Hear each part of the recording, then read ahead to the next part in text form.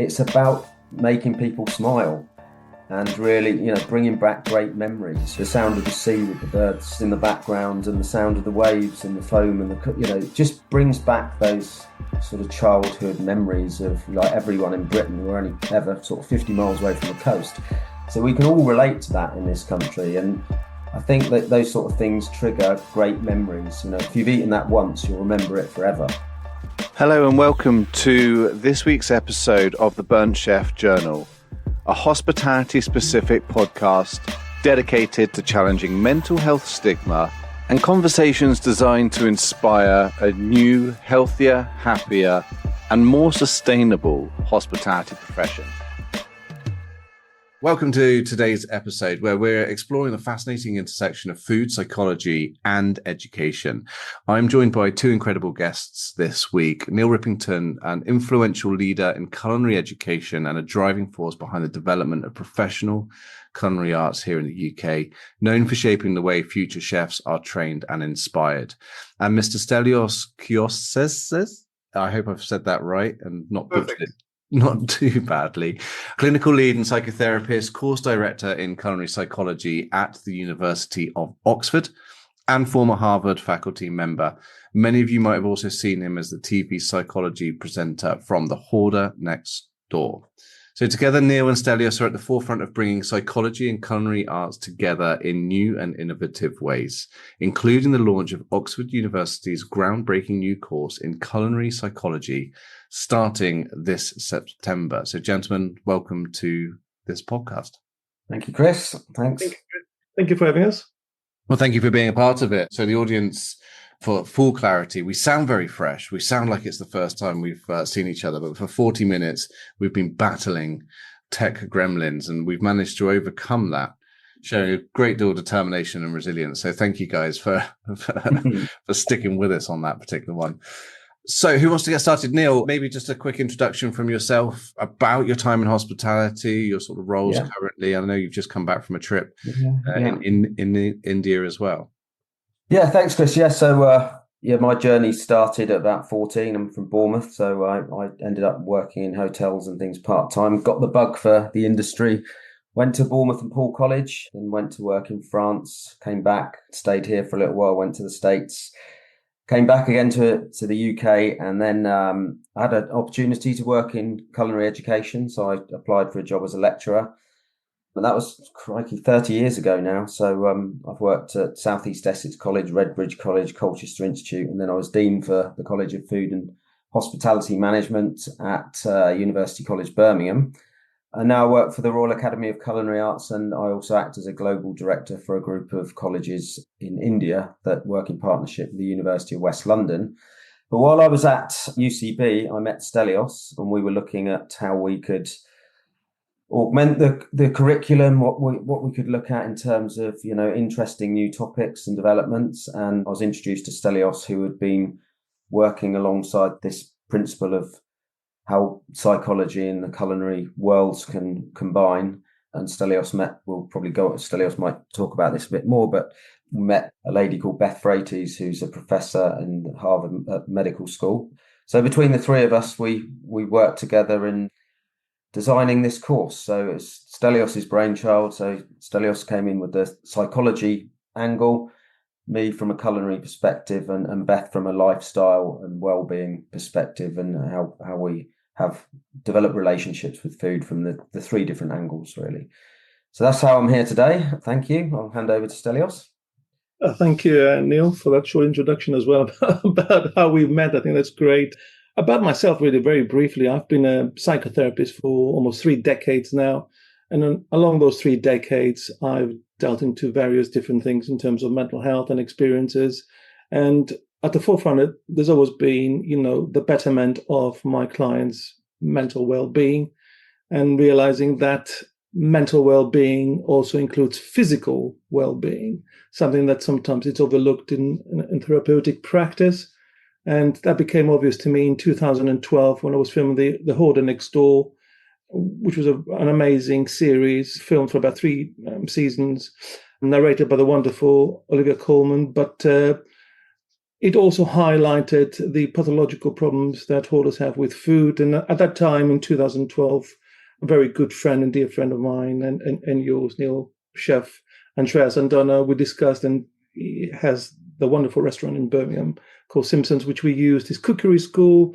And I guess that was also the start of using cooking therapy, so to speak, and seeing the positive effects of cooking and getting individuals together who may be suffering from an underlying psychological condition, whether that's anxiety, stress, phobia, panic, or anything like that, where the results were enormous in terms of healing and so forth. And that's depicted also in a couple of the episodes in my series. And then forwards to that in 2018, I invited our friend, Professor Beth Frades, to come and see me at Oxford, at Corpus Christi College, where she gave a presentation of lifestyle medicine, as she is the world pioneer in lifestyle medicine.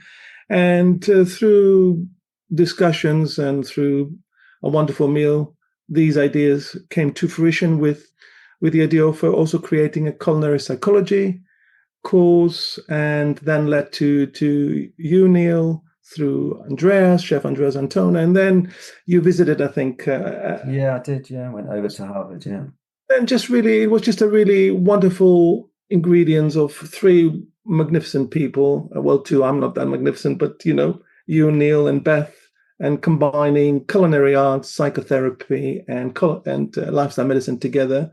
And then we created this course at Harvard Extension School, successfully run for almost about 5 years. And now, with great joy, it's coming back, so to speak. It's coming back to Oxford this September. That's amazing. Okay, so I remember Neil and we first met. I think it was it HRC? HRC last year, and started talking about this. And it took me a little bit of time to get my head around, what this was. Was it a collection of recipes teaching people how to feed themselves and feed their brains better? Was it lifestyle for the understanding more about how they look after their health and well-being? Was it actually understanding the nuances of what got them into food and the benefits and the psychological attachments to those in the first place? So I guess now that I have the two sort of pioneers and the leaders in this, what exactly is culinary psychology? So culinary psychology, I think, in a very simple way, and I think before I just give you the very simple definition of culinary psychology, I just want to say that there are a lot of courses out there. There are wonderful courses on nutrition and culinary arts, but the majority of them, and this is where the idea came from, they tend to overlook one thing, which now will explain what culinary psychology is. And that one thing is, how do I make the choices for food? So what influences my choice, our choices of food, in terms of my emotions, my memory, my culture, my psychology, my religious affiliation? So culinary psychology is really, on the whole, the study of how our food choices are influenced, like I said, by our emotions, by our memory, culture, psychology, and so forth. And that really then combines all of these things we've said together to understand, why do I make those choices? What are those influences? And then through that, we look at three different things: how I think about food, how I visually, the aesthetics of food, how I see food, and what are my preconceived ideas about food? What are my beliefs? So thinking, feeling, and seeing.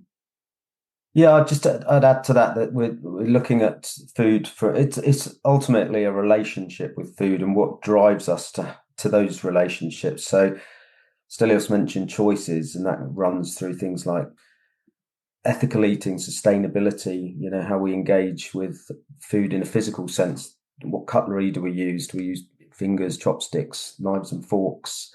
How we go through things like the whole process of dining in restaurants, some of the things that affect us, from the color, the comfort, the seating, the ambience, the noise, the sounds, through to developing taste and flavor and texture and crunch, and all of these things that have an impact on our enjoyment of food.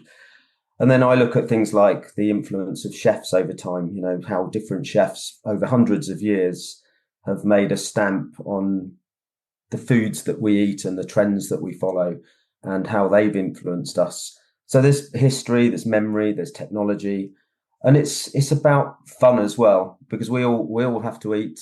We're social creatures. We gather socially, but normally around a table, a celebration of a meal, a celebration of whether it's a religious festival, a birthday, a successful job interview, whatever it might be. We tend to, as people, gather in those sorts of situations. We even do one on aphrodisiacs, the truth behind some of the foods that are known or reputed to be aphrodisiacs, which is quite good fun. Yeah, and I bring a practical aspect to it, so it's not all sort of just classroom theory sort of stuff. We do a few demonstrations to really try and put theory into practice as well, and get people to try things out and experiment with food and feel good about it, because some people have bad relationships with food, and whether it's malnutrition or obesity, all sorts of things, and that has a massive impact on the way we feel and our mindset. So it's really interesting, I think. Yeah, it's fantastic, isn't it? So I think for people to understand a little bit more, I'm going to mention just a couple of things that we cover on the course, and for people to understand the richness that this course brings in and the difference compared to any other course, really. So, and on this occasion in Oxford, we also have another tutor who's joining us, who has joined us before at Harvard as a guest speaker, but this time as a tutor, and that is Professor Charles Spence, who is the founder of gastrophysics and so forth, a renowned figure in this field. And, we're very fortunate to have him as our tutor on the course. So gastrophysics is then also a subject taught on this course, which is how sound, color, and environment influence our perception and taste. Some other things we cover are to do with the psychology of craving, understanding emotional and physiological drivers of food cravings. We look at cultural and social influences, so how traditions, identity, and social norms can shape eating behaviors. We also look at neurogastronomy, so how the brain constructs flavor and its impact on our perception, our memory, and cravings. And of course, let's not forget lifestyle medicine, which is covered by our colleague Beth Freites, the role of nutrition in mental health, stress, sleep, and chronic disease prevention, which is covered in the 6 pillars of lifestyle medicine. And of course, then we look at mental health and nutrition, which is what I cover predominantly. So understanding the psychological roots, the cultural messages, and perhaps understanding a healing pathway through that. So you can see how varied the course is, but all combined together creates a transformative feeling to the students. And that's the feedback we get every time we complete this course, a transformative experience for those students who have attended the course. I've got so many questions off the back of this from all elements of what you do. I think it's amazing, right? Because when you go to eat at a restaurant or a venue, or you have an experience, you go there because often enough there's a novelty element or there's a special occasion, but you don't necessarily ever think, why am I drawn to this particular type of environment? Why, for me personally, do I really like bold flavors? Like I could drink a pint of jus quite happily. Or, why do I like crispiness? Or why, when I'm stressed, do I default into certain eating patterns, which often revolve around things like, yes, it's really bad as a well-being CEO, but as like pepperonis or pork pies or these quick fixes that aren't necessarily sugar related, but are like quite carby and meaty, And so this starts to look at that, and both from a personal perspective, but I guess also like it's almost like a hack from a business perspective as well, because understanding these nuances will allow you to build and curate environments that are more appealing and more fulfilling for people coming in, right? Yeah.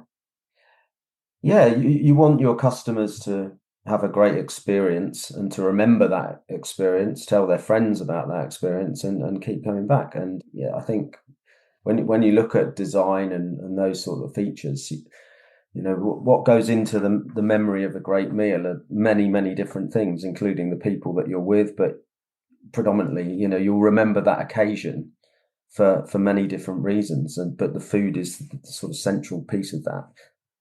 But yeah, you can use that in your planning for sure. From a business perspective, you'd want your customers to come in. If you look at people like Heston Blumenthal and the Fat Duck, that is all about nostalgia and memory, but also fun. It's not all serious, posh tablecloths and, very stiff waiting staff.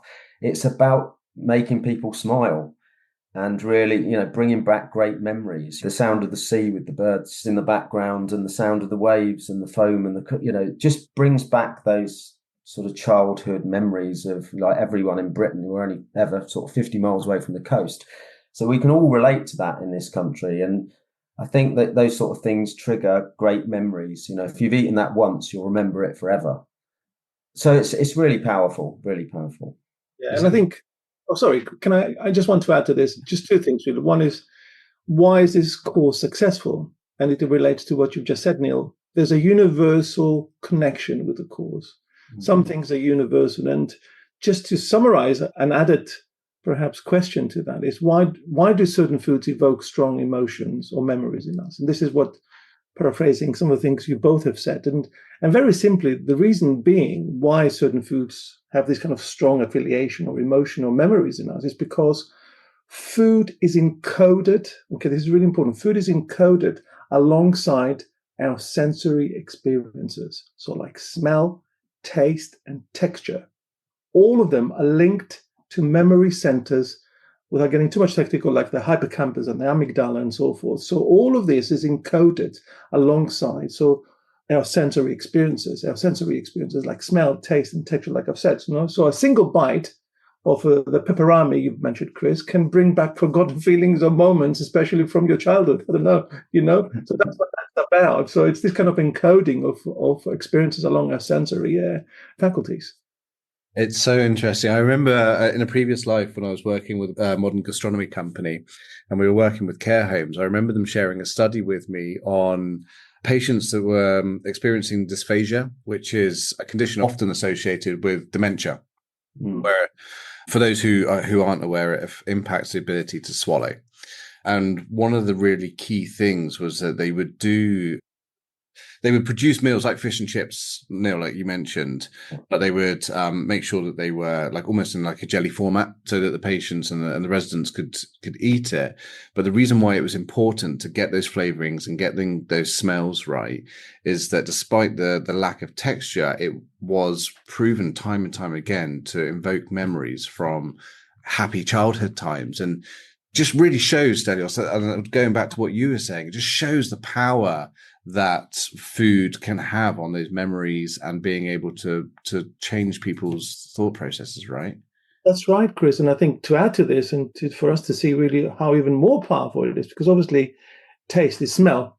You can't have the taste unless you have the smell. So let's not forget, we talk about taste, but actually it's smell. And to actually see, and for us to understand how even more powerful it is, we just have to see it through evolution. There are certain memories we acquire through our childhood experiences and later on in life, obviously. But there's also memories of smell or taste that are through evolution. So the smell of smoke is already genetically within us. We are not taught the smell of smoke. It's through evolution and certain tastes that we have. So the taste of bitter, sweet, umami, and so forth. These are through evolution already, and there are survival mechanisms. None of us will be here today if we didn't have taste, because bitter is associated to poison, sour is associated to the foods rotting and so forth, and sweet, we need the energy. So we have developed as humans through evolution, through thousands and thousands, hundreds of thousands of years, to actually have that kind of smell and taste for survival. So not only is it a modern thing that we talk about, but it's an evolutionary aspect as well. It's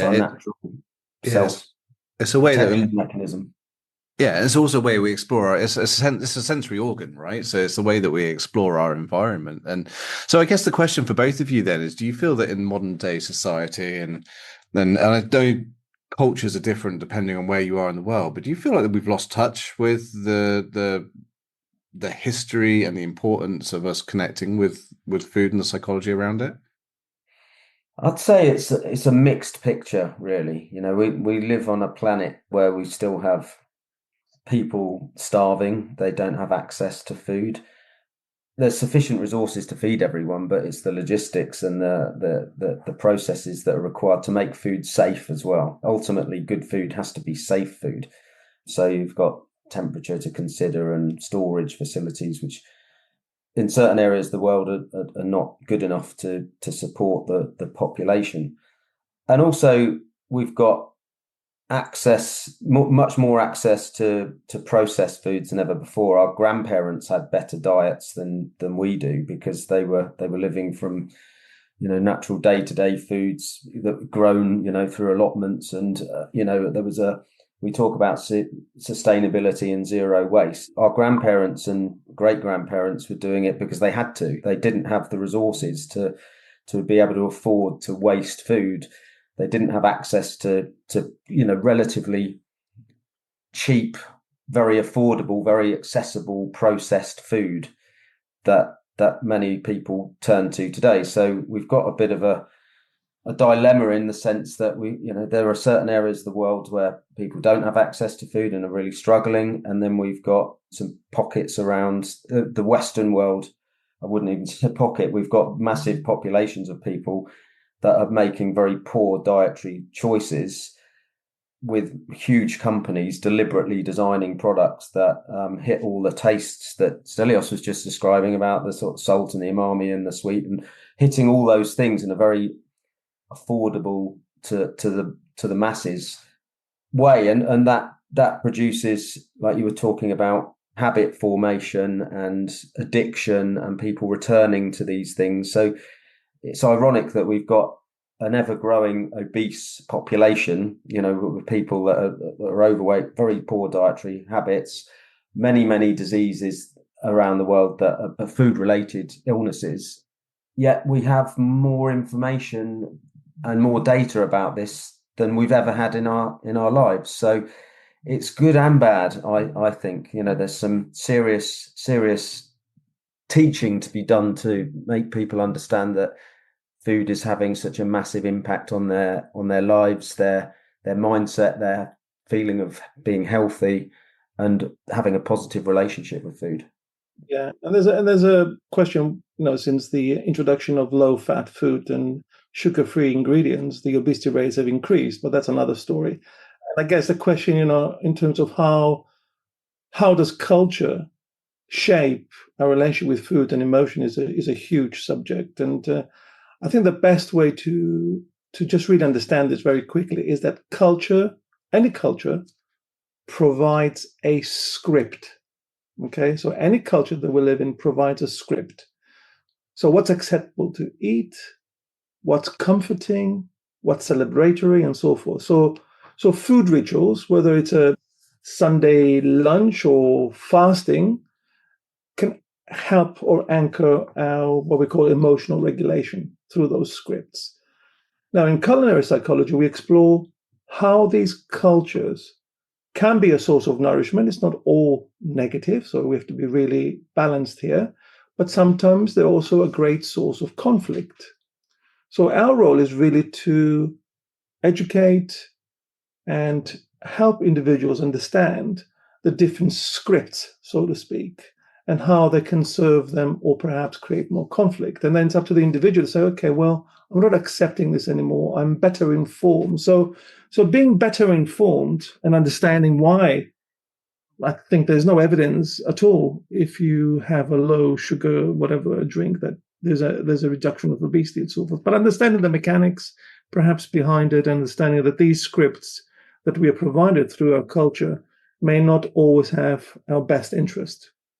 That's a very good point, and it was something that I was thinking about, which was effectively these big companies, these massive manufacturing companies and big brands have psychologically hacked human beings to make a great deal of profits and revenue and sales and to make successful businesses.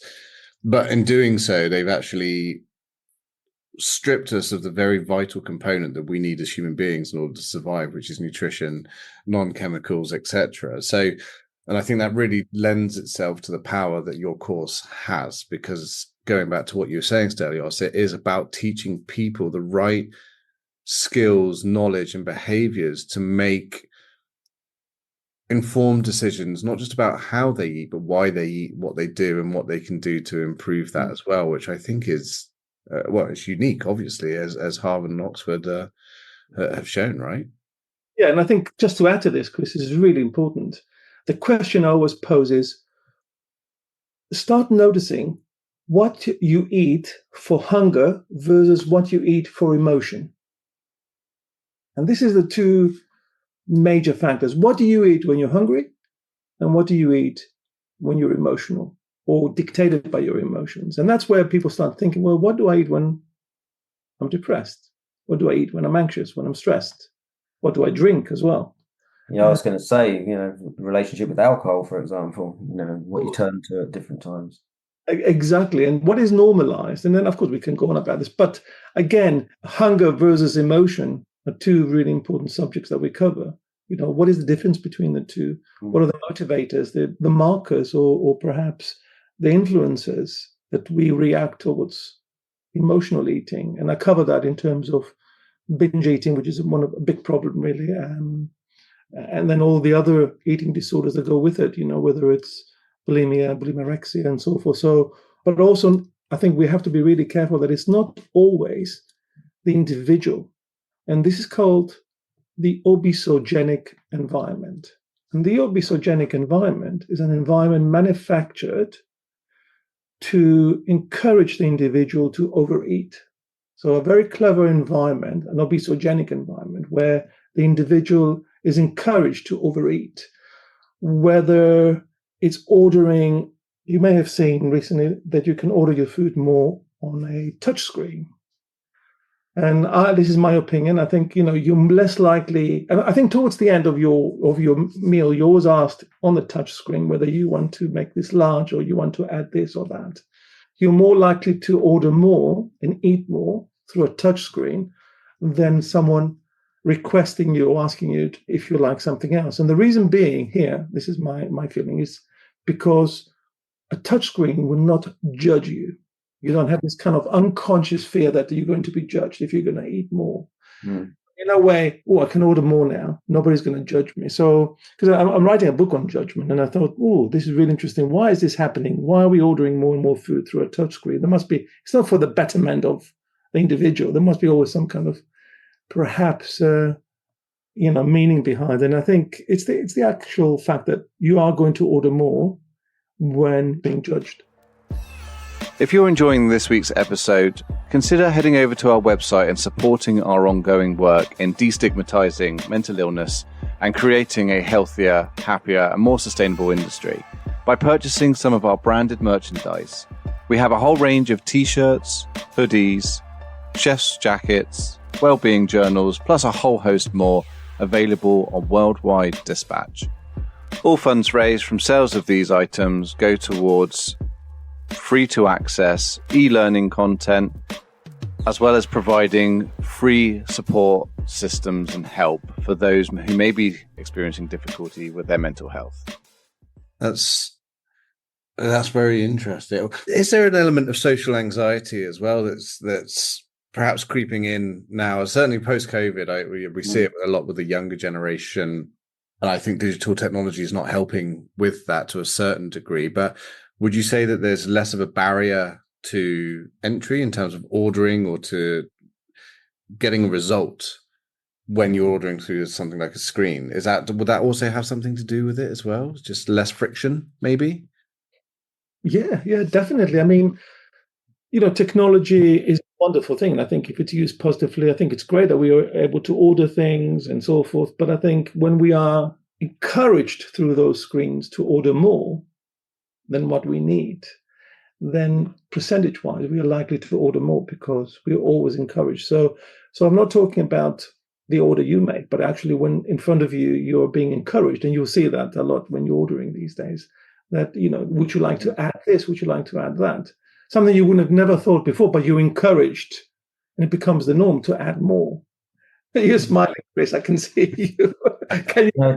Also, just on the side of that, I'd go on to the importance of people in the process. The importance of service, the importance of interaction. So taking it away from the great joy that we have it's when we're well looked after and when people personalize us and see us and hear us, how much more we'll enjoy our interaction with that meal than just necessarily the food itself.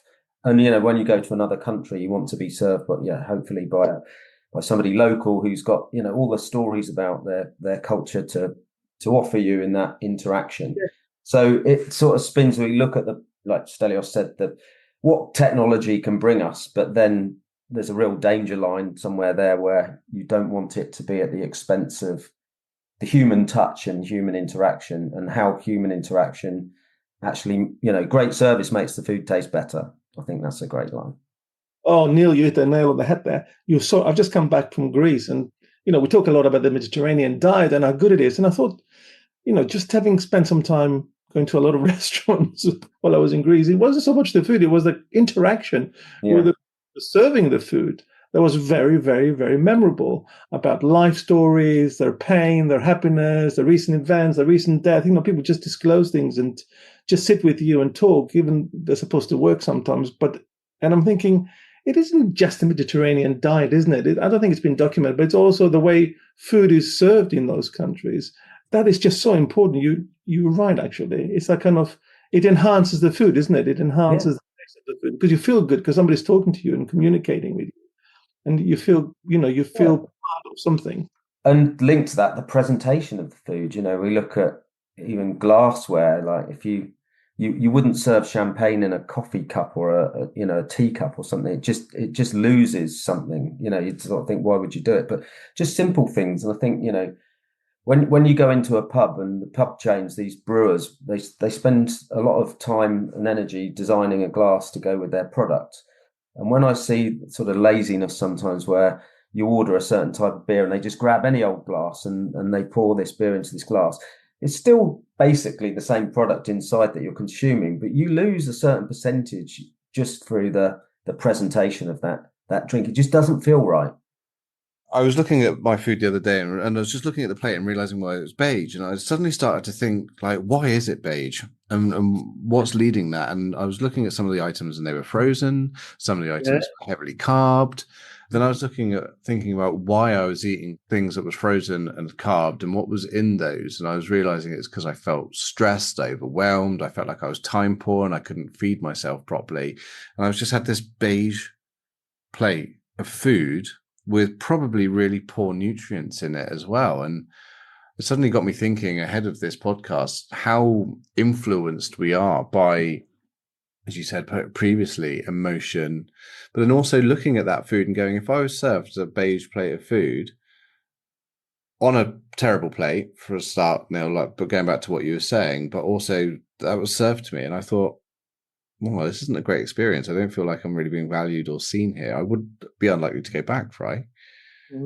There's quite a few elements of that.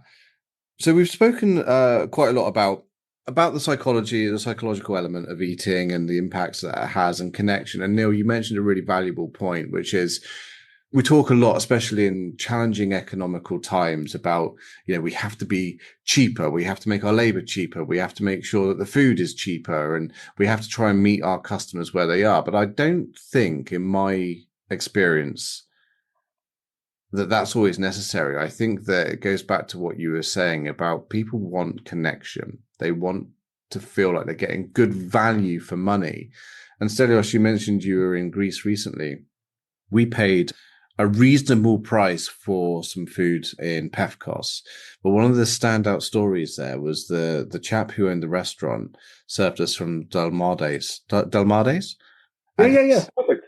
And he said these Delmades were his grandmother's recipe, and they were made using because they were, these particular ones had pork and beef in them as well. Oh. He was telling me this story, and out of most of the holiday and the different cultural and food experiences we had, it was that particular story that really stands out, and that moment and the temperature and the sunset and everything else that was going on that really, really connected with me. It doesn't matter if he charged me 20 euros or 10 euros or 5 euros. It would have no difference to that experience because it created a visceral memory, which I found quite interesting. And on top of that, if you didn't go back for 6 years or 10 years, and you go back and he's there, he's going to remember you. And that is really important. Yeah. You'll always notice people will remember you. For some reason, they will always remember you. They'll always remember you'll always remember the conversation you've had with someone. You'll rarely remember someone who just says that. And I think that's the connection that Neil was talking about as well. Yeah. And also it's interesting that we try and recreate some of these things, and it just doesn't quite add up. You can't get quite the same. You know, if you having a rum punch on the beach in Barbados and it tastes amazing and you're just ultra happy, and then you come home and you make it, you know, same ingredients, but it's just like, whoa, this doesn't quite get there. And so many people do that. They buy products from their holiday and they think that, you know, I found this great product, and they take it home and it just doesn't quite ever meet up to those expectations. And the question here is, what has the greatest influence on our food choices, you know? So is it cultural factors? Is it evolutionary aspects? Is it social influences? I don't know, family dynamics, our individual preferences, or sometimes the economic status? What do you think? What do you think has the greatest influence in us personally? I don't know, because when you talk about, we have over 100 podcasts now and 150,000 downloads so far. And one of the stories that keeps coming out is why people got into hospitality, or why they got into the field of culinary exploration. And often enough, it starts with a story about the grandmother, the mother, the connection, the understanding the heritage, understanding, you know, the seasonalities and what the story of the food was trying to convey. So there's that heritage element. But also for me personally, when I'm reflecting on my food choices, a lot of my food choices are comfort based. So maybe it is less culture, more psychologically based. I don't know. Well, actually, the research suggests that social influence and cultural factors have the highest and most dominant influence on our eating behaviors, more than our personal preferences. Yeah, because some foods, when you travel and you look at the way that some cultures eat, it's difficult for us to get our head around. You see some practices that you just think, whoa, that is like too difficult. That is scary. You know, I'm not sure I can cope with that. And yet that is just so normal to that culture. But it's really the way we've been introduced, and the people we trust around us, I guess. From Stelios can correct me if I'm wrong, but even from birth, you know, you trust your parents. They're looking after you. They're supplying you with foods that they've become accustomed to, that they know are safe for you to eat and get your nutrition from, to grow and survive. And then that becomes your sort of norm that gets passed through your own cultures and beliefs. And That's it's when right. you're plunged outside of that, that the mind is thinking, whoa, this is danger, you know, I'm not comfortable. Yeah, and then there's three usually influences as part of what you've just said, Nick, which is excellent. Is what we call, the first one is affiliation motive, the second one is information value, and then identity and influence. So when we say affiliation motive, it's when we follow the kind of eating norms, and we do that to feel accepted unconsciously and liked by others. So we kind of follow that kind of affiliation motive. I will follow what everyone else is doing, so I can be accepted and liked by others. And then we have the information value, which is what we say norms guide our behaviors when we are not sure if something is correct. So, you know, you ask someone else, or should I do it like this? You know, so you know, should I have this? What do you think I should have? If you're not sure about something. So you ask someone else's permission to eat something. And then identity and influence. Right, yeah, we're more likely to adapt norms from a group that identifies with us. And then there's other things that shape our influence. But this is how powerful everything is, really. And I think it's important, again, reflecting upon personal experience here, but those thought processes, those affiliations can change. I was brought up in a family that was, you know, in Bournemouth, in Burton. My father was from Coventry and my mum was from Dorset. But, if there was a bit of mold on cheese, they would throw it away. If something had fallen on the floor, they'd throw it away. Whereas when I moved up to Somerset and I started living on a farm, I remember one of the first meals I had, as well as scrumpy, was one of the first meals I had was a deer, like effectively roadkill that had been butchered and been hanging out I'd seen it hanging out in the garage. And here we are eating venison casserole. And in my head, I was going, "Oh my God, like this animal's been A, hit by a car, and B, I've just seen it hung up."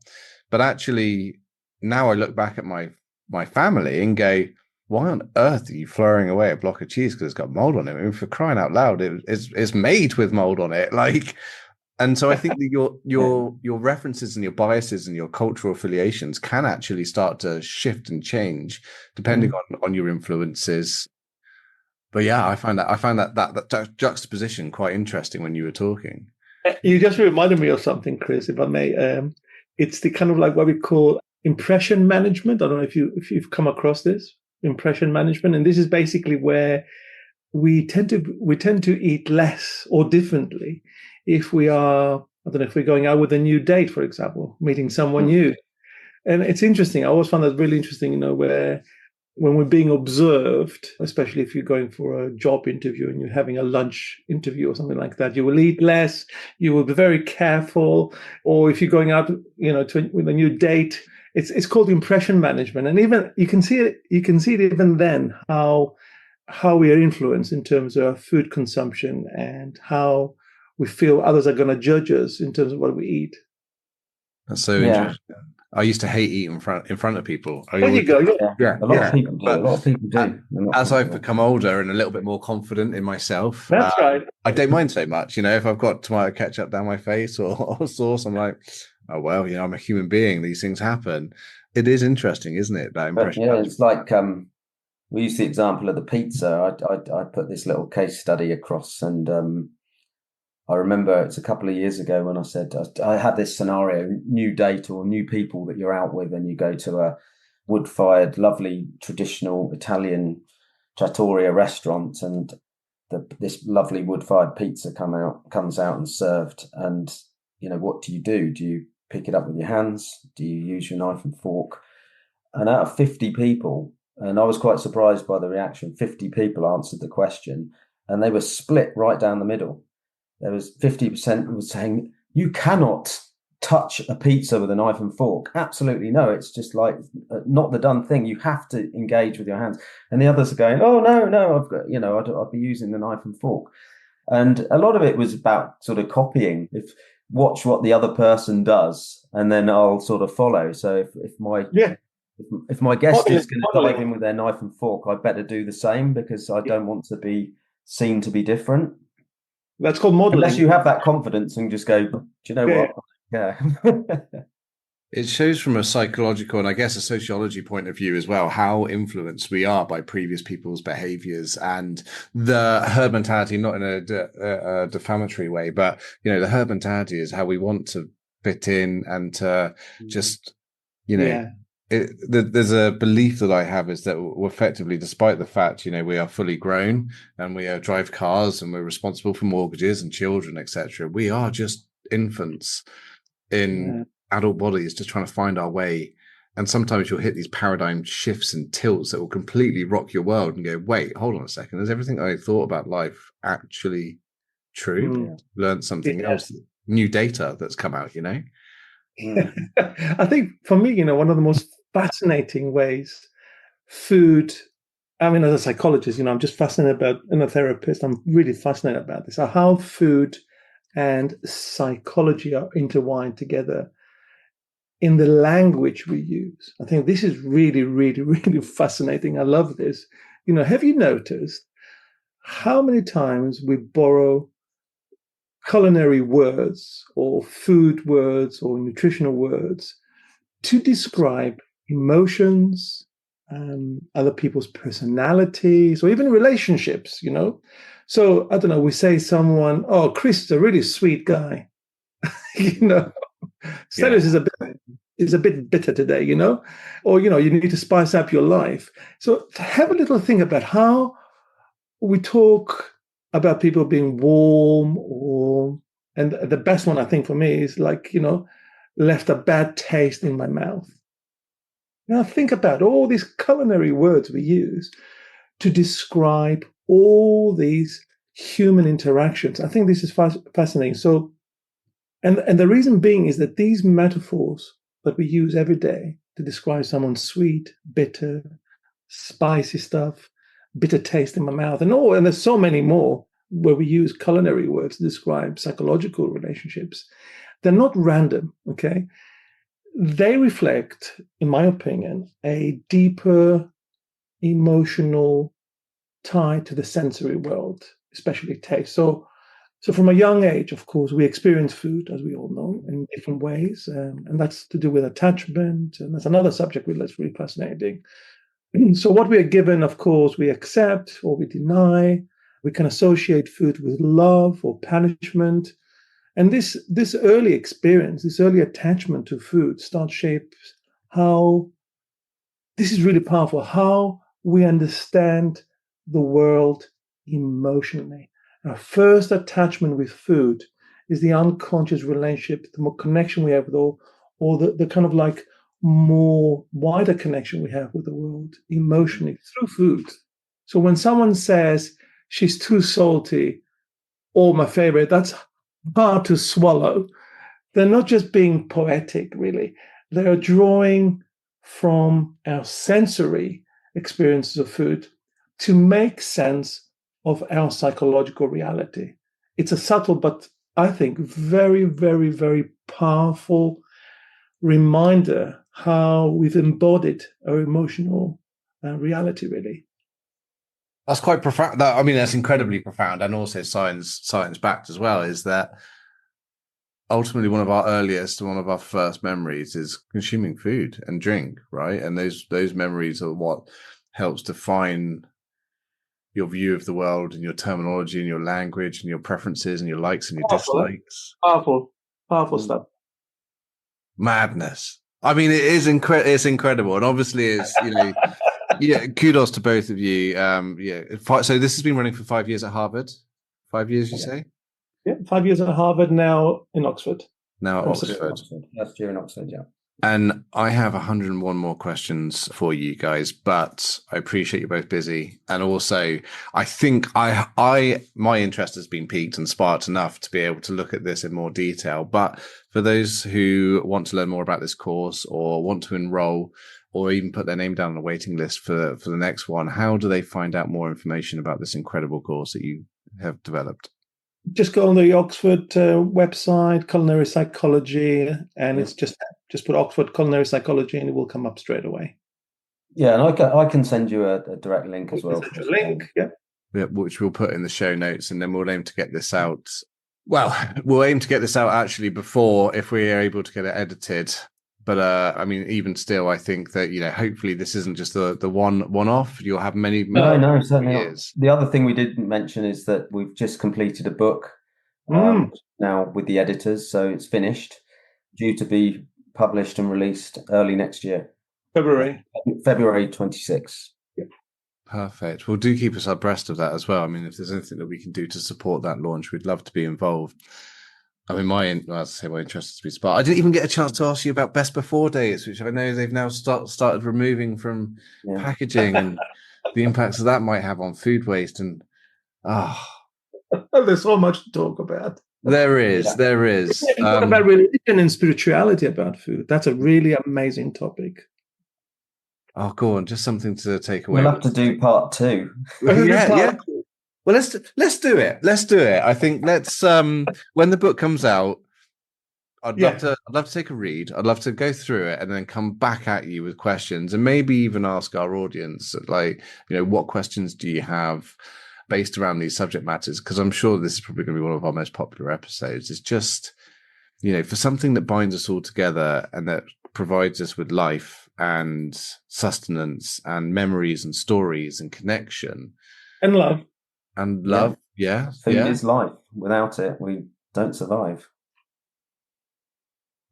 And this is what makes this sector truly one of the best professions in the world, is the fact that we have the power to influence people on so many different levels, not just emotionally or from memories, but health and well-being. And we didn't even get a chance to talk about it. Goes into politics and economy and branding.